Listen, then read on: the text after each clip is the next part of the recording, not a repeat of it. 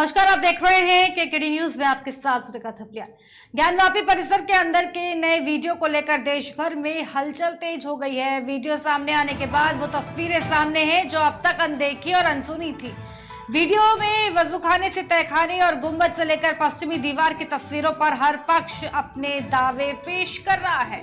हिंदू पक्ष शिवलिंग तो मुस्लिम पक्ष फव्वारे पर अड़ा है। वहीं दुनिया के सामने पहली बार ज्ञानवापी का सच सामने आया है। सर्वे टीम के वीडियो में ज्ञानवापी परिसर का एक एक कोना साफ साफ दिखा। हिंदू पक्ष के दावे के समर्थन में कई सबूत भी दिखे। वजूखाने में शिवलिंग जैसी आकृति की भी साफ साफ दिखी मिली है। मूल पत्थर के ऊपर अलग से लगाया हुआ सीमेंट दिखा। हिंदू पक्ष का दावा है कि वजूखाने में शिवलिंग जैसी आकृति से उनके दावे को मजबूती मिलती है। इस बीच वादी महिलाएं आज कोर्ट की तरफ रुख किया। ज्ञानवापी के सर्वे वीडियो में वादी महिलाएं सीलबंद लिफाफा लेकर अदालत पहुंची थी, लेकिन जिला जज ने सीलबंद लिफाफा लेने से इनकार कर दिया। हिंदू पक्ष ने इस बात से इनकार किया कि उन्होंने सर्वेक्षण की रिपोर्ट और मीडिया को ये जो रिपोर्ट है ये लीक नहीं किया है। अब सवाल ये भी उठता है कि आखिर ये सर्वेक्षण की जो रिपोर्ट है ये किसने लीक करी है। सर्वे का वीडियो कैसे वायरल हो गया। हमारे साथ में तमाम मेहमान जुड़ रहे हैं, उनसे खास बातचीत करेंगे। हमारे साथ में विकास पांडे जी बीजेपी से इस वक्त जुड़ रहे हैं। आवाज पहुंच पा रही मेरी आप तक? जी। और हमान दबी जी समाजवादी पार्टी से हमारे साथ में जुड़ रहे हैं। सबसे पहले विकास पांडे जी, जो वीडियो जो वायरल हो रही है उसको लेकर के अब हिंदू पक्ष के अंदर एक अलग ही उत्साह देखने को मिल रहा है। तस्वीरों ने साधु संतों के साथ साथ आम जनमानस भी अब जो है खुश नजर आ रहा है। तस्वीरें बहुत कुछ बयां कर रही हैं। वजूखाने में शिवलिंग जैसी आकृति की मिली है, वहां पर जो चप्पे चप्पे में जो तस्वीरें मिली है उससे जो है हिंदू पक्ष अब खुश होता हुआ नजर आ रहा है। क्या कहेंगे इस पर? देखिए, सबसे पहले तो बाबा सर्व विद्यमान है और बाबा हमारे मिल गए हैं, ये बिल्कुल तय है। बाबा जैसी आकृति नहीं, हमारे बाबा भोलेनाथ हैं, विश्वेश्वरनाथ हैं, और विश्वेश्वरनाथ की कृपा मुझे लगता है पूरे विश्व पर ऐसे ही बनी रहे, सभी का कल्याण। ये भी बिल्कुल तय है कि जिस तरीके से चीजें पिछले कई दिनों से हो रही हैं, उसके बाद तमाम तरीके के दावे दूसरे पक्ष के द्वारा किए जा रहे थे, लेकिन मुझे लगता है कि ये वीडियो सामने आने के बाद कई चीजें बहुत हद तक क्लियर हो गई हैं, और मुझे लगता है कि एक नई मिसाल को पेश करते हुए जो हमने रामलला में भोगा है वो ना हो, उसकी पुनरावृत्ति ना हो। मैं तो यही आग्रह करूंगा अपने दूसरे पक्ष से कि वो सौहार्द बनाए रखे और चीजों को समझने का प्रयास करे और अपनी हद धर्मिता को छोड़े और सामाजिक ताने बाने का ध्यान रखते हुए और जो सच्चाई है उसे स्वीकार करते हुए ये स्वीकारे कि वहां पे बाबा भोलेनाथ विराजमान थे। आज कई बरस से नंदी भोले बाबा के दर्शन के प्रतीक्षार्थ हैं और उनकी ये प्रतीक्षा अतिशीघ्र पूरी होगी, ऐसा हम सबको विश्वास। ठीक है, समाजवादी पार्टी से भी हमारे साथ में हमाद नबी जुड़ चुके हैं। सवाल ये भी है, सर्वे की वीडियो जो है सार्वजनिक होनी चाहिए या नहीं होनी चाहिए, इसको लेकर के कल 2 घंटे तक जो है कोर्ट में पेशी चली, कोर्ट में सुनवाई हुई, लेकिन सवाल यही है उसके बावजूद भी जो तस्वीरें वायरल हो रही है, सर्वे वायरल हुआ, अब हिंदू पक्ष के लोग जो है बहुत उत्साह में है, बहुत खुश नजर आ रहे हैं। हिंदू पक्ष ये दावा कर रहा है कि हमने जो है सर्वे की वीडियोस और जो तस्वीरें हैं वो हमने जो है वायरल नहीं करी है, और जो हिंदू पक्ष है वो अब आरोप भी लगा रहा है। हमाद नबी जी, क्या कहेंगे इस पर? देखिए मैडम, सबसे पहले तो मैं अपने भाई का स्वागत करना चाहता हूं और आपका भी बहुत बहुत धन्यवाद आज के डिबेट में मुझे, आज के इस डिस्कशन में पैनल में बिठाने के लिए मुझे। और मैं यही कहना चाहूंगा कि मैडम जो भी कोर्ट का माननीय न्यायालय का जो भी फैसला होगा वो हम सभी के लिए सर्वोच्च है। और जिस तरह से भगवान शिव शंकर जी में मेरे हिंदू भाइयों की आस्था है, उसी तरीके से हम समाजवादी लोगों की भी उसमें बराबर से उतनी ही आस्था है। अब सवाल ये है कि वहां पर क्या है क्या नहीं है, इसका फैसला जो है माननीय न्यायालय को लेना। माननीय न्यायालय जो भी फैसला देगा हमें उस पर पूरा भरोसा है और हम उसके साथ में हैं, और मुझे लगता है कि जो सच होगा माननीय न्यायालय उसी का साथ देगा। और वहां पर शिवलिंग है या फव्वारा है या जो भी चीज है वो सब सामने निकल कर आएगा। और जो अब तक जांच हुई है, और वही वायरल वीडियो की बात, देखिए मैडम वीडियो तो हिंदुस्तान में लगातार वायरल होते रहते हैं। वीडियो कौन सा कहां से बन के निकल आता है सवाल ये नहीं है। सवाल ये है कि जो जांच अधिकारी वहां पर गए थे उन्होंने वहां पर असलियत में क्या पाया?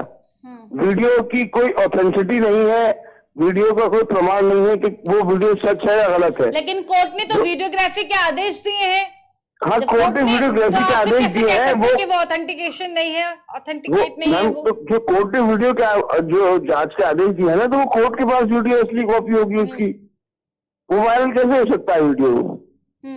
वायरल अगर किसी ने किया है तो बहुत गलत काम किया है। इसी को लेकर के तो अब हलचल तेज हो गई है हमाद नबी जी। अब जो है हिंदू पक्ष कह रहे हैं कि हमने वीडियो को वायरल नहीं किया है, वीडियो वायरल नहीं हुआ है, हमने कुछ भी वायरल नहीं किया है। मेरा सवाल सभी लोगों से ये है, फिर कौन वो लोग हैं, कौन ऐसे लोग हैं क्या हिंदुस्तान की गंगा जमनी तहजीब को खराब करना चाहते हैं ऐसे वीडियो वायरल करके? सवाल यही है, कौन सी पार्टी के लोग ऐसे हैं, कौन सी पार्टी के लोग ऐसे हैं जिनको इन चीजों से फायदा हो रहा है, जो दूसरे मुद्दे दबे जा रहे हैं? जहां आज एक तरफ पेट्रोल और डीजल की कीमत को कम कर दिया जाता है, उसको छुपाने के लिए, उसको भरने के लिए सीएनजी की कीमत को 300 बढ़ा दिया जाता है। एक ऑटो चलाने वाला, एक सीएनजी से अपनी ओला और उबर को चलाने वाला, उसको अतिरिक्त 300 का भार डाल दिया एकदम से। अचानक ही 300 के दाम सीएनजी के बढ़ जाते हैं। बोले कहाँ का न्याय है ये? हम इन बातों को बात ना कर सके, इसीलिए इन सारी चीजों को वायरल कर दिया जाता है। ठीक है विकास पांडे जी, इन मुद्दों में बात ही ना हो पाए, चाइना के मुद्दे में बात ना हो पाए। चाइना ने 3 डैम बना दिया हमारी बॉर्डर पे, चाइना ने आज अरुणाचल प्रदेश का अवैध कॉलोनियां बना दी है, इन सारे मुद्दे में बात ना हो पाए। कि जब राम मंदिर की बात आती है तो हॉस्पिटल बनना चाहिए, ये बनना चाहिए, वो बनना चाहिए। जब ज्ञानवापी की बात आती है तो महंगाई पे बात होनी चाहिए, इस पे बात होनी चाहिए, उस पे बात होनी चाहिए। अरे भाई, महंगाई पे जब डिबेट होगी तो मैं स्वागत करूंगा, आप भी आइएगा, मैं भी बैठूंगा उस डिबेट में। लेकिन मुद्दों से आप भटका रहे हो, महंगाई की बात करके, इधर उधर की बात करके। अभी मामला ज्ञानवापी का है और मुझे लगता है कि इसके ऊपर किसी भी प्रकार की मैंने सर आपको बताया, मैंने आपसे कहा होनी चाहिए। अभी चर्चा के पांडे जी, पे होनी चाहिए। पांडे जी, सियासत करने, अगर मैं सियासत करता होता तो शायद मैं आपकी जगह पर बैठा। यहाँ सियासत की बात नहीं चल रही। मैंने आपसे कहा कि कोर्ट चर्चा कर लेंगे, कोर्ट का जो भी फैसला आएगा, और मैं कोर्ट का जो भी फैसला आएगा वो दोनों पक्षों को मानना होगा। कोर्ट का जो भी फैसला आएगा दोनों पक्षों से मानेंगे, मैं भी मानूंगा, आप भी मानेंगे, और तो पक्ष ही नहीं।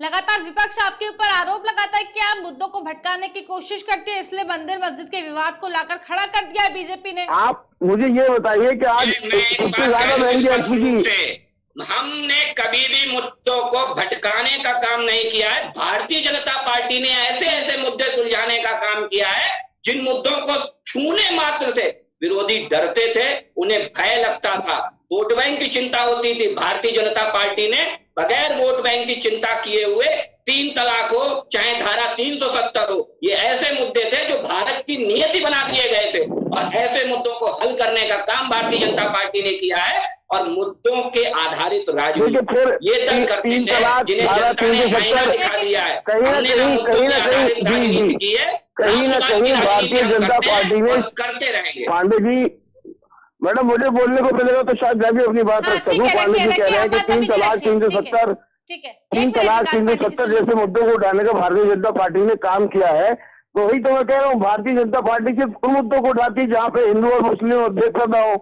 हिंदू और मुसलमान आपस में लड़े एक दूसरे से। हम लोगों के दिलों में गहराइयां क्या ट्रिपल तलाक के मुद्दे से हिंदू पक्ष को कोई ऐतराज था? विकास पांडे जी, एक सेकंड, एक बार बात सुन लेते हैं उनकी। रखिए अपनी बात हमारे बीच। देखिए मैडम, मेरा कहने का मकसद ये है कि बीजेपी ने शुरुआत से ये काम किया, उन मुद्दों को उठाने का काम किया जिससे जो है हमारे आपसी भाईचारे के रिश्ते खत्म हो, दिल में गहराइयां बढ़े। विकास के नाम पे अगर आप काम करेंगे तो देश का भला होगा।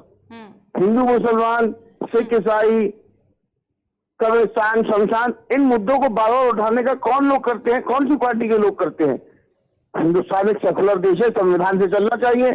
संविधान ने जो जिसको अधिकार दिया, जो हिंदू को अधिकार दिया, जो मुसलमान को अधिकार दिया, जो ईसाई को अधिकार दिया, जो सिख को अधिकार दिया, देश को उसी तरह से चलाना चाहिए। अगर हम चाहते हैं कि देश हमारा चाइना से, अमेरिका से, कनाडा से आगे जाए तो हमें देश को संविधान से चलाने की बात करनी चाहिए। और ऐसे मुद्दों को दूर रखना चाहिए जिससे देश में दिलों में लोगों के दरारें पड़ने का काम हो। आज अगर आप देखें तो हर तरफ आज मस्जिद मंदिर, हिंदू मुसलमान, यही बातें चारों तरफ हो रही हैं। पूरे देश का नाम बदनाम हो रहा है। हमें आपस में भाईचारा बना के रखने का काम करना चाहिए। मैं पांडे जी ये कहना चाहता हूँ। मैं बिल्कुल तारीफ करता हूँ पांडे जी आपकी और आपकी पार्टी। मुझे लगता है मेरे साथी एक बात भूल जाते हैं, जब दिल्ली की जामा मस्जिद के बाहर से सैकड़ों दुकानदारों के ऊपर बुलडोजर चला के उन्हें तहस नहस कर दिया गया, तब मुझे नहीं लगता है कि इनके कभी पेट में दर्द हुआ हो, कभी भाई साहब को दिक्कत तकलीफ हुई हो। लेकिन अलबत्ता तब जरूर दिक्कत तकलीफ हो रही है जब इस देश में समस्याएं जो नियति बन चुकी थी उनको हल किया जाता है, चाहे धारा 370 हो चाहे ट्रिपल तलाक हो। तब इस देश में दिक्कत नहीं होती है। जब इस देश में माननीय मोदी जी की सरकार से पहले प्रतिदिन दंगे होते थे और दंगे अखबार वालों ने छापना बंद कर दिए थे, इतने दंगे होते थे इस देश में, तो तब इन सबको दिक्कतें नहीं होती थी। आज पूरा देश अमन और शांति से रह रहा है। जहां कोरोना काल में मस्जिदों में नमाज बंद हुई, वहां मंदिरों में भी ताले लगे रहे। ऐसी सरकार भारतीय जनता पार्टी ने दी है और मुझे लगता है कि इस सरकार का स्वागत करना चाहिए, सारे लोगों को मिलकर करना चाहिए। और जहां तक रही संविधान से चलाने की बात, भारतीय जनता पार्टी से ज्यादा विषय की चिंता कोई कर नहीं सकता। ठीक है, रखिए अपना आखिरी कमेंट। अब्बास जी क्या कहना चाह रहे हैं? पांडे जी देखिए, दिक्कत तब होती है जब 18,000 करोड़ रुपए में इंडिया को भेज दिया जाता है, जब लगातार 9 पेपर लीक होते हैं, जब 1500 कस्टोडियल डेथ होती है। दिक्कत तब होती है जब वर्ल्ड बैंक आकर हमारे सर पे खड़ा हो जाता है और सैंक्शंस लगाने की बात करता है। दिक्कत तब होती है जब हिंदुस्तान के ऊपर 150 लाख करोड़ का कर्जा आ जाता है। दिक्कत तब है कि बात पूरी कर लीजिए, बीच में मत बोलिए। दिक्कत तब होती है जब इंटरनेशनल मॉनेटरी फंड की रिपोर्ट आती है। दिक्कत तब होती है जब सारी सरकारी संस्थाओं को निजीकरण करने का काम करा दिया जाता है। एक सेकंड, इस तरीके से नहीं, एक सेकंड, एक एक करके। देखिए, दिक्कत तब होती है जब वर्ल्ड बैंक हमारे ऊपर अपने लोन का डर दिखाता है। दिक्कत तब होती है जब सारी सरकारी जो हमारी कंपनियां हैं, चाहे वो रेल हो, चाहे सेल हो, कोल हो, LIC हो, इनको निजी हाथों में भेज दिया जाता है।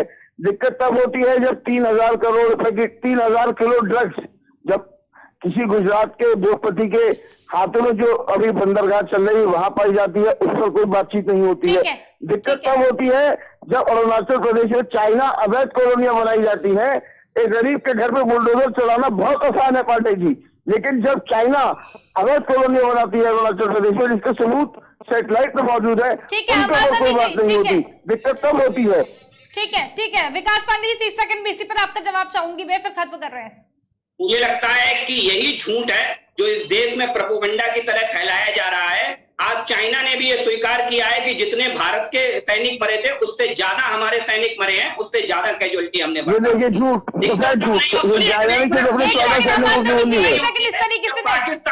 पाकिस्तानी हमारे सैनिकों के सर से फुटबॉल बना के खेलते हैं।